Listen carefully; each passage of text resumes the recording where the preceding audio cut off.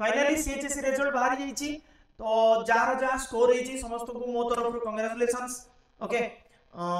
अच्छा सब पिलांकर जहाँ जहाँ रिजल्ट जो मानकर भल होती से तो समस्ते बाबा करूँगी किंतु ये किसी पिलांकर रिजल्ट खराब भी होती जो मैंने मते शेयर भी करते ओके खराब इन द सेंस कौन खराब होती आम से डिस्कसन करवा जूनियर तुम मान सहित भी शेयर करी से पिला को डायरेक्ट आम वीडियो कॉल करवा ओके सी कौन कहूँ तार टोटाली 2 वर्ष विवगियर रे केमती कटिला एटा भी विवगियर गोटे अचीवमेंट बोली मु धरिबी काना छोटिया जिंस नुहे काहे ना तार मार्क 10th रे थिला 67 आउट ऑफ 100 67 थिला व्हेयरएज मैथमेटिक्स रे सेव रखिछि 85 67 रु +2 साइंस मैथमेटिक्स रे 85 बहुत भल एटा खराब नुहे बहुत भल हुए तो ताकू खराब लगुथाई पारे बिकॉज आउ 5 ना 7 मार्क से बढ़ेबो बोली आशा रखितिला मते बेसी कहि 90 क्रॉस करिवो तो सर लागुची बट हिला नाही स्टिल देन मु जानिबारे बहुत बढ़िया स्कोर बहुत 67 रु 85 छोटो कथा नुहे ओके एबे जिबा डायरेक्ट आमे ताको एबे वीडियो कॉल करबा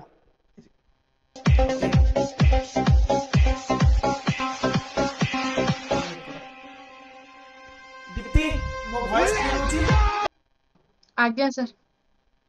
ओके अच्छा तोर रहिला 85 ना कोन मैथ रे 85 आज्ञा मैथ रे 85 ओके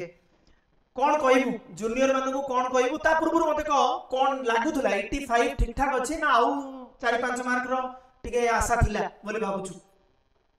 सर काउंट करथिली एग्जाम पर आसी के 91 आशा थिला 91 ता माने 6 मार्क रो पिला माने छोटो मोटो भूल किछि हेछि खाता मगेले हुए तो जना पड़िबो जदी से सैटिस्फाइड मोर किछि कहबार नै जदी खाता से मगेबो देन वेल एंड गुड चलो ओके ताले 91 एक्सपेक्टेशन थिला 91 चिंता करो 90 प्लस जो पिला 10th रे रखितिला 67 राइट 67 थिला ओके आज्ञा अच्छा एबे कोन कहबू जूनियर मानन को 11th रे जो माने अछंती तांकू कोन कहबू और जो माने एबे 12th रे अछंती तांकू कोन कहबू जो माने बे 12th रे अछंती सेमानन कहबी कि बेसी स्ट्रेस नियनी माने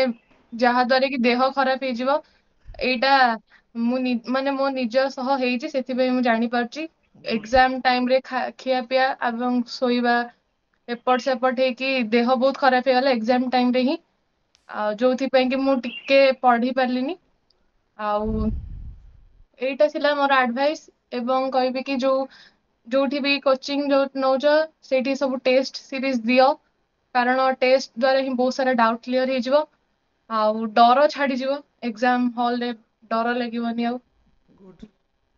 वीएसटी कथा से कहला से गोटे भी वीएसटी मिस करनी गोटे सिंगल एग्जाम से पूरा थ्रू आउट ईयर रे कोडी एमती एक्सीडेंटल तारो देह खराब हेतिबो आसी नथिबो दैट डजंट मैटर बट से सब वीएसटी देछि एटा मु जानि छी